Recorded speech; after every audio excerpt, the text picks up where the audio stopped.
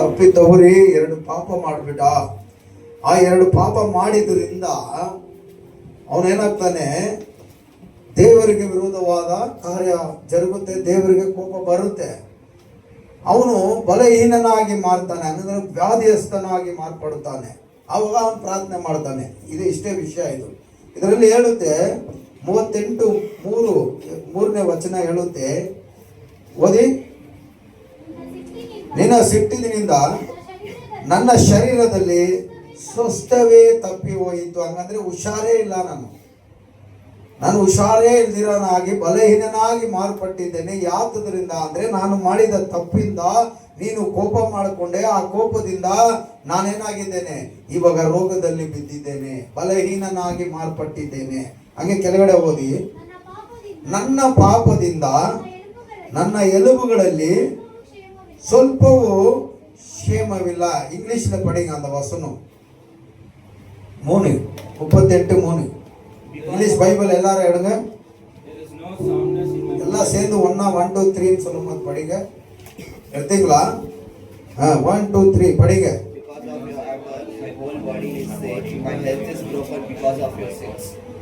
படிச்சிட்டீங்களா? அங்க போன்ட்டு எதனா சொல்லப்பட்டா? போன் என்ன? எலும்பு. என் சரீரத்தில் இருக்கிற எலும்புக்கு பலனே இல்லை, அது ஏதோ ஒரு பலவீனமா மாறினது. எதற்காகனா அவன் ஒரு பாவத்தை செய்யும் போது அது தேவனுக்கு கோபத்தினால, அந்த கோபத்தின் நிமித்தமா அவன் பலவீனமா மாறுகிறான். ஆனா அவன் மறுபடியும் என்ன பண்றான், ஆண்டவரே உன் கோபத்தின் நிமித்தமா என் எலும்புகள்ல எனக்கு சௌக்கியமே இல்லை, சுகமே இல்லை, நான் பலவீனமா மாறி இருக்கிறேன், நான் மன்னிங்க ஆண்டவர் என்று சொல்லி அவன் ஜெபம் செய்யறான். ஹல்லேலூயா. புரியுதா? இன்னைக்கு ஒவ்வொருத்தருக்கும் ஒவ்வொரு வியாதிகள் உண்டு, சரீரத்தில் இருக்குது, ஏதோ ஒரு விதத்தில் இருக்குது. ஏன்னா நாம் பாவத்தை அறிக்கை செய்யல. ஆனா தாவீது தேவனை நல்லா தெரிந்து கொண்டிருந்தான். தேவன் அவனை தெரிந்து கொண்டிருந்தார். தாவீது தேவனுடைய அன்பை தெரிந்து கொண்டிருந்தான். ஏன்னா அவன் ஒரு சாதாரண ஒரு ஆடு மேய்க்கிறவனா இருந்தான். அந்த ஆடு மேய்க்கிறவனே ஒரு தேசத்துக்கே ராஜாவா கர்த்தர் மாத்தினார். ஆமென். இன்னைக்கு ஒருத்தன் டீ வித்துன்னு இருந்தவனே இந்த பாரத தேசத்துக்கே ராஜாவா மாத்தி இருக்கிறாங்க. ஆமென். தேவனுடைய சித்தம் இல்லாம ராஜா சீட்ல யாரும் உட்கார முடியாது. தேவன் ராஜாவை உட்கார வைக்கவும் தெரியும், ராஜாவை அங்கத்திலிருந்து தள்ளவும் தேவனுக்கு தெரியும். ஆமென். அந்த காலத்துல தேவன் தான் நாட்டை ஆளும்படி ராஜாக்களை ஏற்படுத்தி கொண்டிருந்தார். முதல் ராஜா சவுலா வரான். அவன் தேவனுக்கு விரோதமா செஞ்சதுனால தேவன் அவனை டிலீட் பண்றாரு அங்கத்துல இருந்து. மறுபடியும் தாவீதின் இருதயத்தை தெரிந்து கொண்டு தேவன் தாவீதை ராஜாவாக மாத்துகிறார். ஆமென். ஆனாலும் அவன் மனுஷனா மாம்சத்திலே ரத்தத்திலே இருப்பதனால சில தவறு செய்யறான், தேவனுக்கு பிடிக்காதது. அதனால அவன் பலவீனமா மாறுகிறான். அப்படியே அவன் இருந்துள்ள மீண்டும் தேவனுடைய சமூகத்துல அழுந்து கதறி எப்படி ஜெபிக்கிறான் தெரியுமா? கர்த்தாவே என் இருதயத்தை, எந்த வசனம் அது? 50 பாருங்க, அங்க ஒரு ஜெபம் பண்றான்.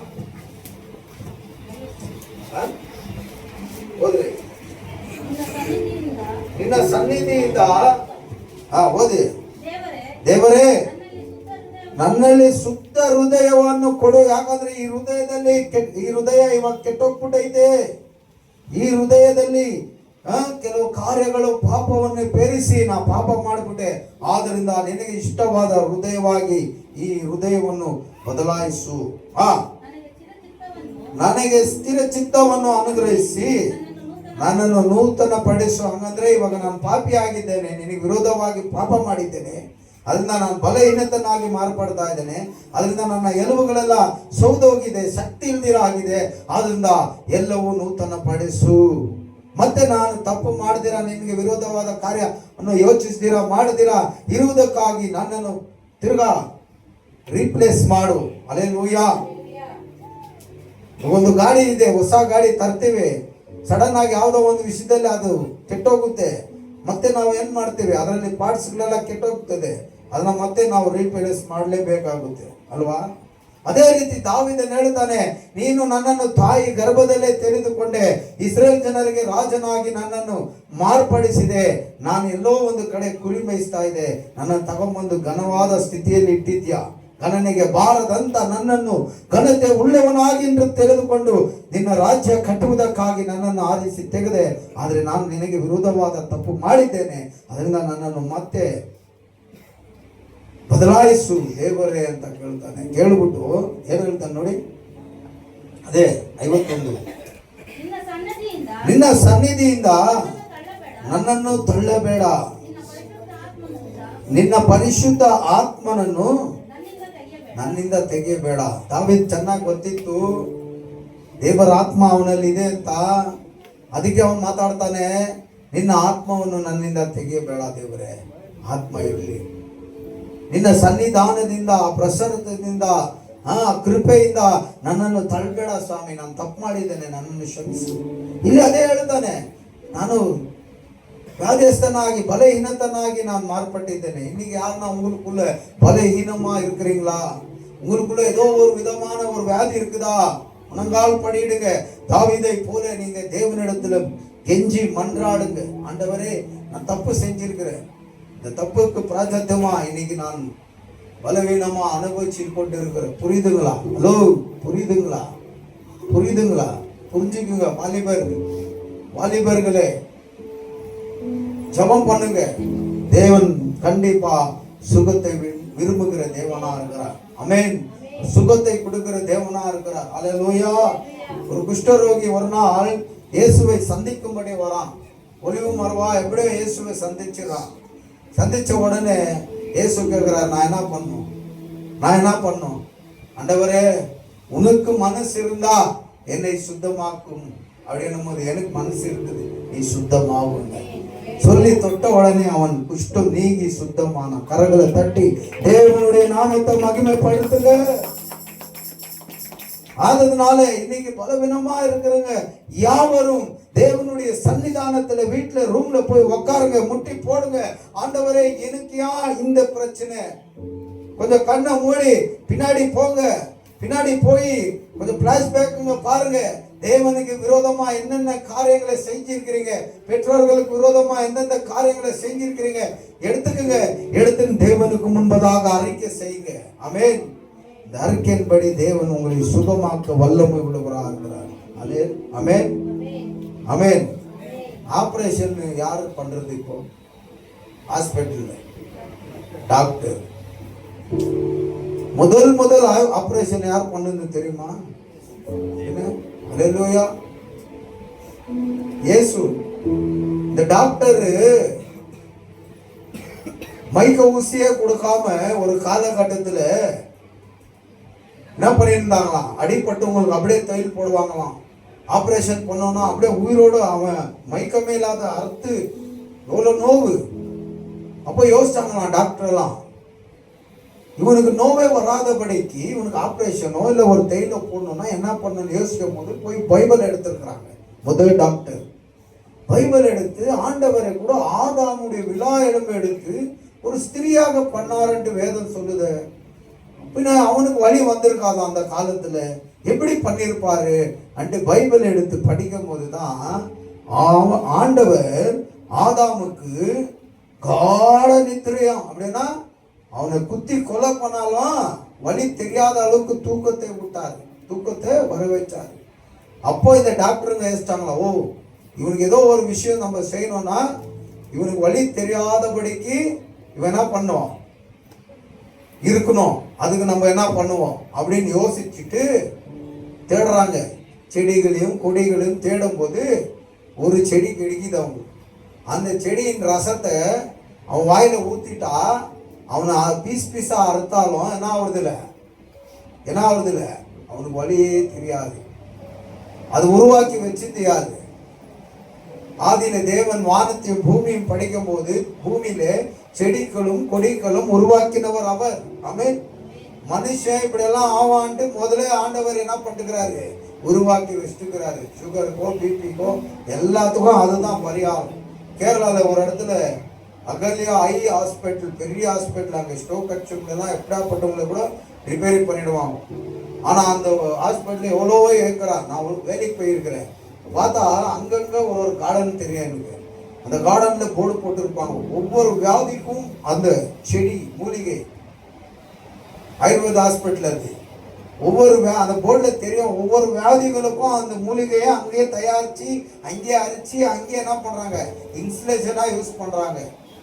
அப்போ யாரும் ஓனா எதுவும் கண்டுபிடிக்க முடியல, தேவன் கண்டுபிடிச்சு வச்சதுலே இவனுக்கு ஆராய்ச்சி பண்ணி அதை யூஸ் பண்ணி கொண்டு இருக்கிறாங்க. புரியுதுங்களா? அல்லேலூயா, பிரைஸ் தி லார்ட். அப்போ நீங்க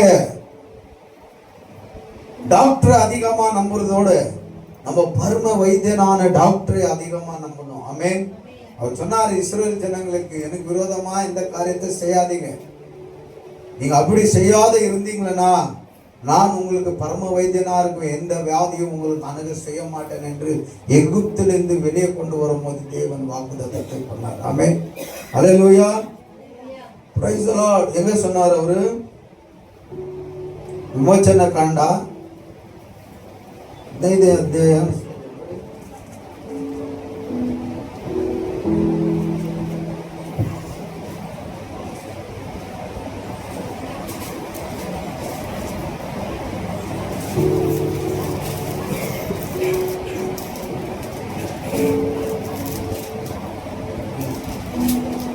அத்தியாயம் 26ನೇ ವಚನ ಓದಿ. 26. ನೀವು ನಿಮ್ಮ ದೇವರಾದ ಯೆಹೋವನ ಮಾತನ್ನು ಶ್ರದ್ಧೆಯಿಂದ ಕೇಳಿ ಆತನ ದೃಷ್ಟಿಗೆ ಸೆರೆ ಬೀಳುವುದನ್ನು ಮಾಡಿ ಆತನ ಆಜ್ಞೆಗಳಿಗೆ ವಿಧೇಯರಾಗಿದ್ದು ಆತನ ಕಟ್ಟಳೆಗಳನ್ನೆಲ್ಲ ಅನುಸರಿಸಿ ನಡೆದರೆ ನಾನು ಐಗುಪ್ತರಿಗೆ ಉಂಟು ಮಾಡಿದ ವ್ಯಾಧಿಗಳಲ್ಲಿ ಒಂದನ್ನೂ ನಿಮಗೆ ಬರಗೊಡಿಸುವುದಿಲ್ಲ. ಯೆಹೋವನೆಂಬ ನಾನೇ ನಿಮಗೆ ಆರೋಗ್ಯದಾಯಕನು. ಆತನೇ ಡಾಕ್ಟರ್. ಹಲ್ಲೆಲೂಯಾ. ಆದುದರಿಂದ ನೀವು ಮನೆಯಲ್ಲಿ ಇರುವಾಗ ನೀವು ಹೋಗಿ ಕೋಣೆಗಳಲ್ಲಿ ಕುಳಿತು ದಾವೀದನ ಹಾಗೆ ದೇವರೇ, ನನ್ನ ಹೃದಯದಲ್ಲಿ ಪಾಪ, ನನ್ನ ಮನಸ್ಸಲ್ಲಿ ಪಾಪ, ನನ್ನ ಶರೀರದಲ್ಲಿ ಪಾಪ, ಎಲ್ಲವೂ ನೂತನ ಪಡಿಸು ಸ್ವಾಮಿ ಅಂತ ನೀವು ಪ್ರಾರ್ಥಿಸಿ, ಒಂದೊಂದು ದಿನವೂ ಪ್ರಾರ್ಥಿಸಿ ನೋಡಿ, ದೇವರು ನಿಮಗೆ ಸುಖ ಕೊಟ್ಟೇ ಕೊಡ್ತಾನೆ. ಆಮೇನ್. ಹಲ್ಲೆಲೂಯಾ. ಕಣ್ಣಿಲ್ದಿರೋ ಕಣ್ಣು ಕೊಟ್ಟರು, ಕುಷ್ಠರೋಗಿಗಳನ್ನು ಗುಣಪಡಿಸಿದ್ರು, ಸತ್ತವರನ್ನು ದೇವರು ಬದುಕಿಸಿದ್ರು, ಆತನೇ ಸತ್ತು 3ನೇ ದಿನ ಜೀವಂತವಾಗಿ ಬಂದರು. ಆಮೇನ್. ಆ ದೇವರನ್ನು ನೀವು ಆರಾಧನೆ ಮಾಡ್ತಾ ಇದ್ದೀರಾ ನೋಡಿ. ಇನ್ನೊಂದು ಮಾತು ಹೇಳ್ತಾನೆ ದಾವೀದು 38:17 ನಾನು ಅಪರಾಧಿ ಹೌದೆಂದು ಒಪ್ಪಿಕೊಳ್ಳುತ್ತೇನೆ, ನನ್ನ ಪಾಪ ದೆಸೆಯಿಂದ ನನಗೆ ವ್ಯಸನ ಉಂಟಾಯಿತು. ಅವನು ಪಾಪ ಮಾಡಿದ ಮೇಲೆ ಅವನು ವೇದನೆ ಪಟ್ಟನಂತೆ. ಆಮೇನ್. ಗೊತ್ತೆಷ್ಟೋ ಜನ ನಾವು ತಪ್ಪುಗಳನ್ನು ಮಾಡಿ ನಾವು ವೇದನೆ ಪಡುವವರಾಗಿಲ್ಲ. ಮೊನ್ನೆ ಕೆಲಸದ ಮೇಲೆ 1-2 ಹುಡುಗರಿಗೆ ರೇಗ್ಬಿಟ್ಟೆ, ಕೋಪದಲ್ಲಿ ಏನೇನೋ ಮಾತಾಡ್ಬಿಟ್ಟೆ, ಕೋಪದಲ್ಲಿ. ಆಮೇಲೆ ಓಡಿಸಾಕ್ಬಿಟ್ಟೆ ಅವ್ರನ್ನ, ಕೆಲಸಕ್ಕೆ ಬೇಡ ಹೋಗ್ರಿ ಅಂತ. ಅದ್ರ ತುಂಬಾ ವ್ಯಸನ ಪಟ್ಟೆ. ಆಮೇಲೆ ಎಲ್ಲರ ಹತ್ರ ಹೇಳ್ಕೊಂಡು ಹಿಂಗೆ ಮಾಡಬಾರ್ದಾಗಿತ್ತು, ಅವ್ರನ್ನ ಈಗ ಮಾತಾಡಬಾರ್ದಾಗಿತ್ತು. ಅವ್ರು ಮಾಡಿದ ಆ ಥರ ಓನರಿಂದ ನಾನು ಬೈಸ್ಕೊಂಡೆ. ಅದರಿಂದ ತುಂಬ ಸಿಟ್ಟೇರಿ ಅವ್ರನ್ನ ಕೋಪದಲ್ಲಿ ಬೈದು ಓಡಿಸ್ಬಿಟ್ಟೆ, ಕೆಲಸದಿಂದ ಹೋಗ್ಬಿಡ್ರಿ, ಬರಬೇಡಿ, ಸಂಬಳನೂ ಕೊಟ್ಟು ಇಮಿಡಿಯೇಟ್ಲಿ ಕಳಿಸ್ಬಿಟ್ಟೆ. ಆದರೆ ಆಮೇಲೆ ಅದನ್ನು ಮರೆಯೋಕ್ಕಾಗಿಲ್ಲ. 2 ದಿನ ಅದನ್ನು ಮರೆಯೋಕ್ಕಾಗಿಲ್ಲ. ನನ್ನ ಸಮ್ಮುಖದಲ್ಲಿ, ದೇವರ ಸಮ್ಮುಖದಲ್ಲಿ ಹೋಗುವಾಗ, ನಾನು ಪ್ರಾರ್ಥನೆ ಮಾಡುವಾಗ ಈ ವಿಷಯವನ್ನು ಅಲ್ಲಿ ಹೇಳಿದೆ, ದೇವರೇ ನನ್ನ ಕ್ಷಮಿಸು, ನಾನು ಈ ರೀತಿಯ ಸಹೋದರರುಗಳನ್ನು ಬೈದು ಬಿಟ್ಟೆ, ತಪ್ಪಾಯಿತು. ಅವನು ಹೇಳ್ತಾನೆ, ನಾನು ಪಾಪಿ ಅಂತ ಒಪ್ಕೊಳ್ತೇನೆ, ಅದರಿಂದ ನಾನು ವ್ಯಸನ ಪಡುತ್ತೇನೆ. ವೇಳೆ ನೀವು ತಿಳಿದಿರೋ ತಪ್ಪು ಮಾಡಿದ್ರೆ ಅದಕ್ಕಾಗಿ ನೀವು ವ್ಯಸನ ಪಡಲೇಬೇಕು. ಅದಕ್ಕಾಗಿ ನೀವು ದೇವರ ಸಮ್ಮುಖದಲ್ಲಿ ಏನ್ ಮಾಡಬೇಕು? ವೇದನೆ ಪಡಲೇಬೇಕು. ಸ್ವಸ್ಥ ಮಾಡುವ ದೇವರು ನಿನ್ನನ್ನು ಸ್ವಸ್ಥಪಡಿಸುತ್ತಾನೆ. ಆಮೇಲೆ ದೇವರು ನಿಮ್ಮನ್ನು ಆಶೀರ್ವಾದ ಮಾಡಲಿ. ಈ ಸಮಯದಲ್ಲಿ ಕೂಡ